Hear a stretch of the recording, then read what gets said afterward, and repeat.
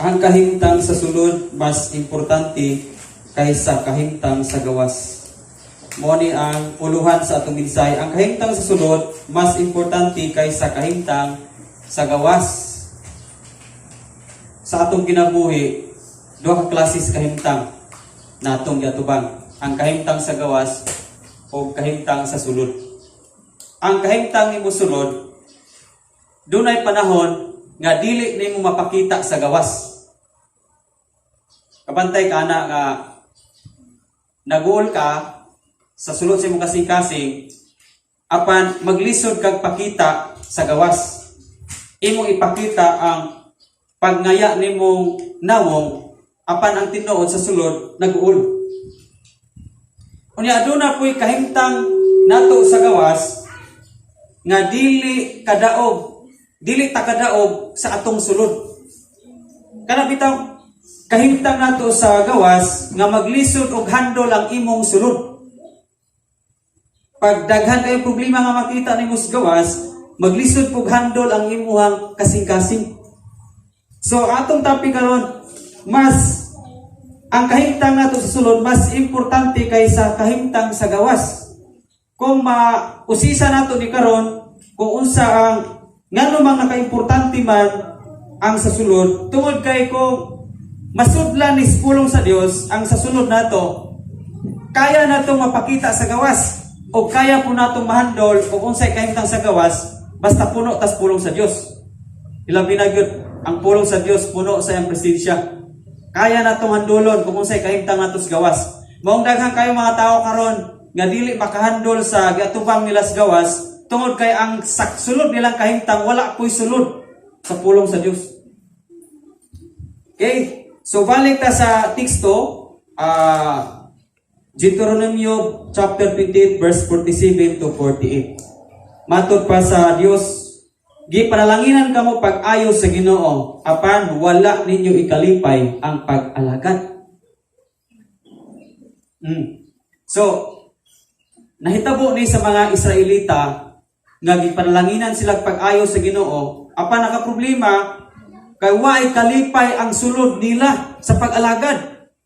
Now hinumdumin igsoon, abudansya kayo sila sa gawas. Kana bang gipadagaya sa Ginoo ang panalangin sa gawas? Makita gyud mga kaumahan nila, gaabot-abot ang mga ani nila. Ang ilahang mga kaparasan daghan kayo bunga. Apan ang sa sulod nila wa nay kalipay. So niyon ang Dios gipanalanginan man unta kamo, apan ang problema ninyo kay sa sulod wa na mo'y kalipay. Unsa man dayon pasabot ani sa Ginoo igsoon, mas importante day ang kahimtang nimo og nako sa sulod kaysa gawas.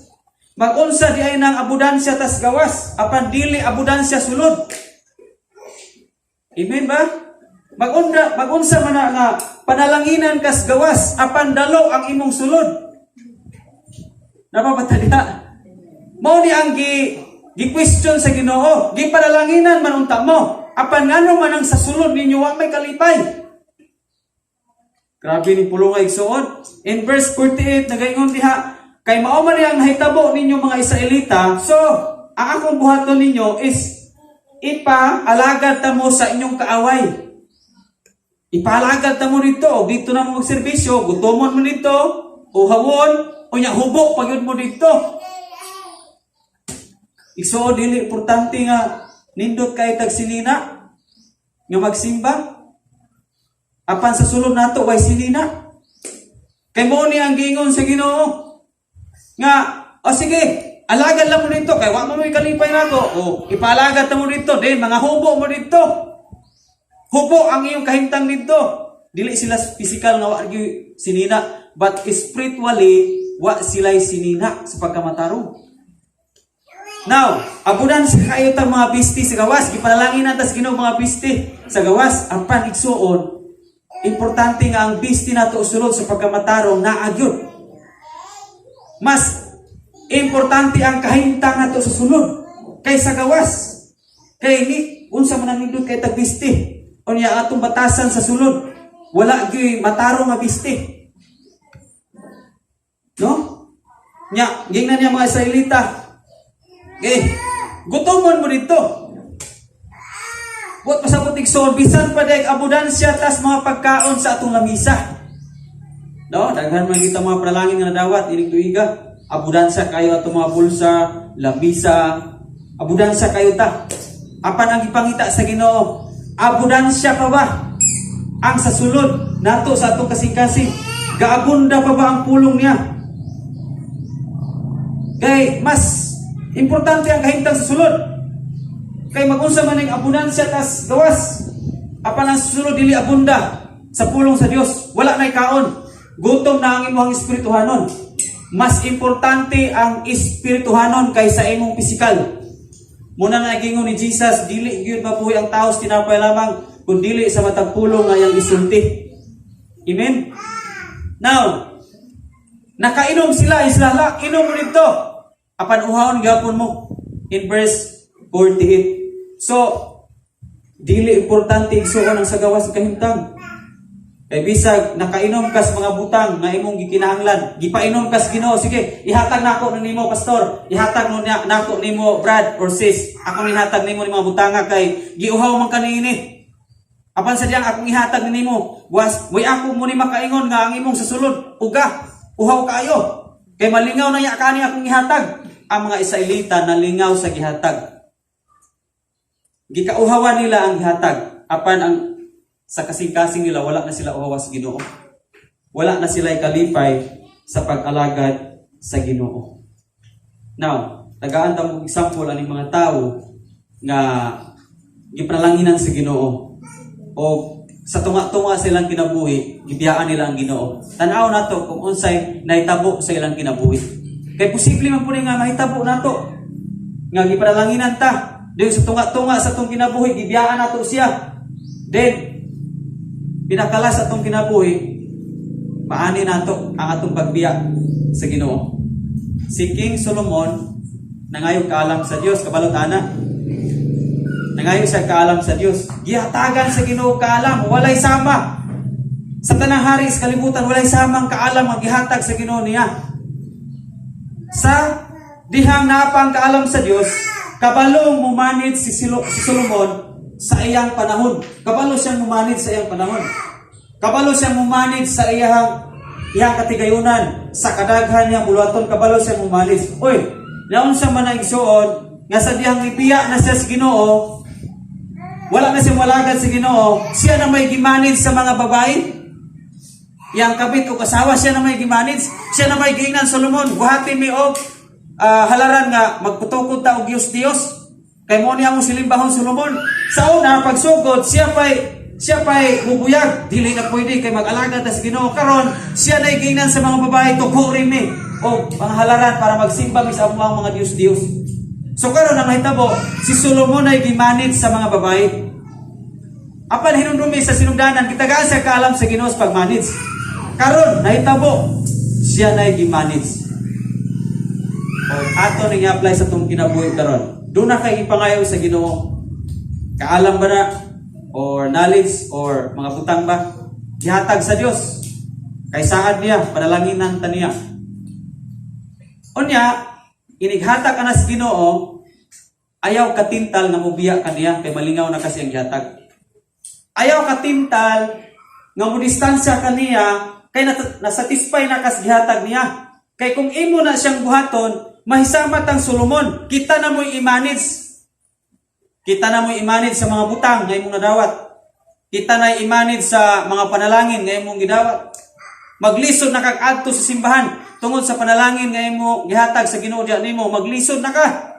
Nganuman, kung biyaan nato siya. Apan kung dili ka mo biya niya, tagaan gihapon kag panalangin ug mas labaw pa sa imong dawat karon. Kung dili ka mo biya niya, kaya nimong i-manage bisa kung sa kadaghang panalangin nga ihatag niya nimo. Dili gyud pwede nga mo biya kas Ginoo. Kay sadyang mo biya ta. Maglisod na ta og handol sa mga panalangin nga yang ihatag nato. Si Solomon galisod na. Bisa kung sa kamaalamon dai tawag soon, basta once nga biyaan dai niya ang Ginoo, di na siya handle. Ikaw ako di nakahandle sa problema. Bisag usa ka maalamon. Apan kung biyana nimo ang Ginoo, bisag usaon nimo di ka handle sa problema. di ka handle sa mga kabugaton nimo, sa mga struggle sa imong kinabuhi, maglisod ka ng handle. Munang ayaw biya ang Ginoo. Sama ni Solomon, ayaw biya. Dili ta pwede nga mo biya sa Dios. Doon na pa usa ka tawo di akong example sa inyo nga nalibog sa katapusan sa iyang kinabuhi, si King Saul. Unang-una, gipili siya sa Dios. So gitagaan siya o kaalam sa Dios pag dumala sa mga tao kay hari siya. Gipili siya. Apan sa tunga-tunga sa iyang kinabuhi, nibiya siya sa Ginoo. Sa unsa mang bahin pastor nibiya siya sa Ginoo. Ang pagtuman ni King Saul, katunga na lang. Unang-una, 100% good nga mutuman sa Ginoo. Fully nituman mo sa Ginoo. Kung sa sugo sa Ginoo tumanon mo niya, naun sa manas tunga-tunga igsuon, hap malaman iyang pagtuman. Katunga na lang iyang pagtuman ba? Kanang pag-ingon ni sa Ginoo nga patya tanang pamilyang agag. Unsa man nga iyang gibilin sa haring agag, wa man niya patya. So half na lang ang iyang pagtuman sa Ginoo. Sa diyang half na lang ang pagtuman niya sa Ginoo, gibiyaan siya sa Ginoo. Na atong ginabuhi karon, atong mausisa. Basig half na lang atong pagtuman sa Ginoo. Sa una natong pagpangalagad, full gyud kayo ang atong pag-alagad. Apan niabot sa punto nga mura na tag si King Saul, half na lamang. Kung naay gisugo ang Ginoo, kanina lamang katunga mo'y tumanon, ang katunga dili. Kung mahitabo nas tong kinabuhi igsoon nga half ang atong pagtuman sa sugo sa Dios, mao po niya mahitabo nato, malibog ta. So, kabantay ka nang nalibog ka ng adlaw, nalibog ka ng simanahuna, sa unsay imong ibayad ba? Nalibog ka sa imong problema, anang bulana nalibog ka, o asa ka paingon mangayog tabang, aning sitwasyon na nalibog ka. Doon na nahinungdan sa ato ang pagtuman. Dapat dili hap ang atong pagtuman sama ni King Saul. Aron, pag-abot sa mga struggle, problema, dili ka malibog. Tagaan ka og peace sa Ginoo nga mao ni ang gamito nimo sa pagsulbal sa imong problema. Kalinaw na siya ihatag sa Ginoo. Kahusay na siya ihatag sa Ginoo. Apan nganong daghang Kristohanon nga libog gihapon antud karon. Libog gid kayo ilang kinabuhi antud karon. Bisag naa sila sa kamot sa Ginoo apan nagpabilin silang libog. Kay si King Saul, bisag naa siya sa pagkahari na siya sa kamot sa Ginoo. Apan hap manggod ang iyang pagtuman. Katunga man laman ang iyang pagtuman. Lisod kayo nga maghari siya nga ang Dios wa na maghari sa iyang kasing-kasing. Munang lisod po kayo sa itong kinabuhi nga magkinabuhi taning kalibutana nga wa na tayo kinabuhi sa pag-alagad.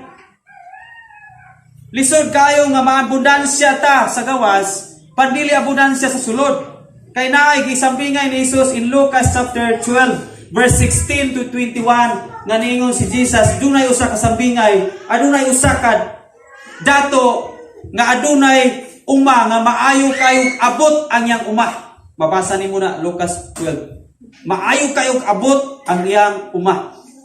Onya miingon siya sa iyang kaugalingon, kadaghan na kayo nakog ani, kadaghan na kayo nakog abot. So unsa may akong buhaton ini? Niyon siya, ang may akong buhaton, gub-on ako ang akong kamalig. Kay gamay ra daw. So gub-on niyang kamalig niyon siya, ug magtukod kog mas dako pa kaysa akong gitukod. Unya adto isulod nako ang tanan nga mga abot nga mao gikinahanglan nako sa mga katuigan nga umaabot. Unya miingon siya siyang kaugalingon. Niyon siya, pagpahayahay na lang kaugalingon. Pag-inom, paghudiyaka, kay anaan na nimo ang tanan.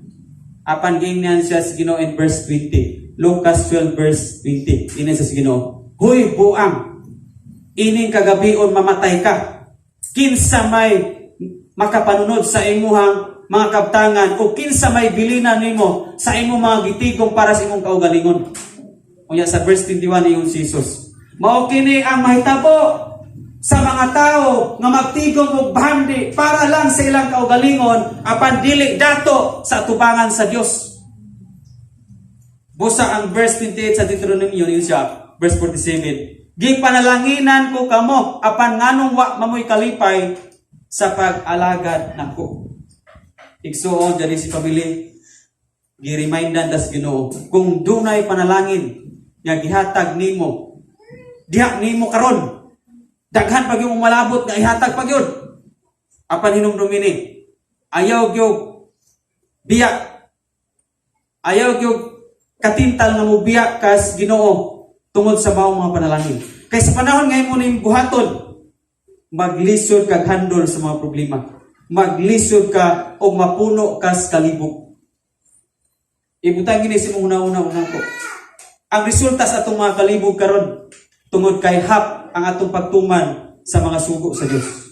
Dili unta ta dapat libog kay mga Kristohanon ta. Apon nganong prod mangaitas libog kayo tungod kay naay hinungdan hap or katunga ra ang atong pagserbisyo sa Ginoo. Gaserbisyo ta niya apan nagserbisyo putas panalangin. Hinumdumi ni gitangkil ra ng panalangin unta. Ang atong pag-alagad unta moy buot pasabot sa Ginoo nga sentro nato kay ang mga panalangin iya ra nang ipangtangkil sa atong pag-alagad.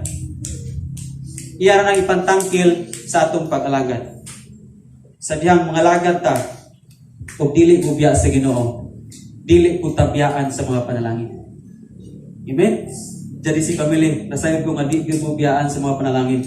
Pero nang biruan imong buhaton, ayaw gyud biyahin ang Ginoo para dili ka biyaan sa mga panalangin. God bless, jadi si family.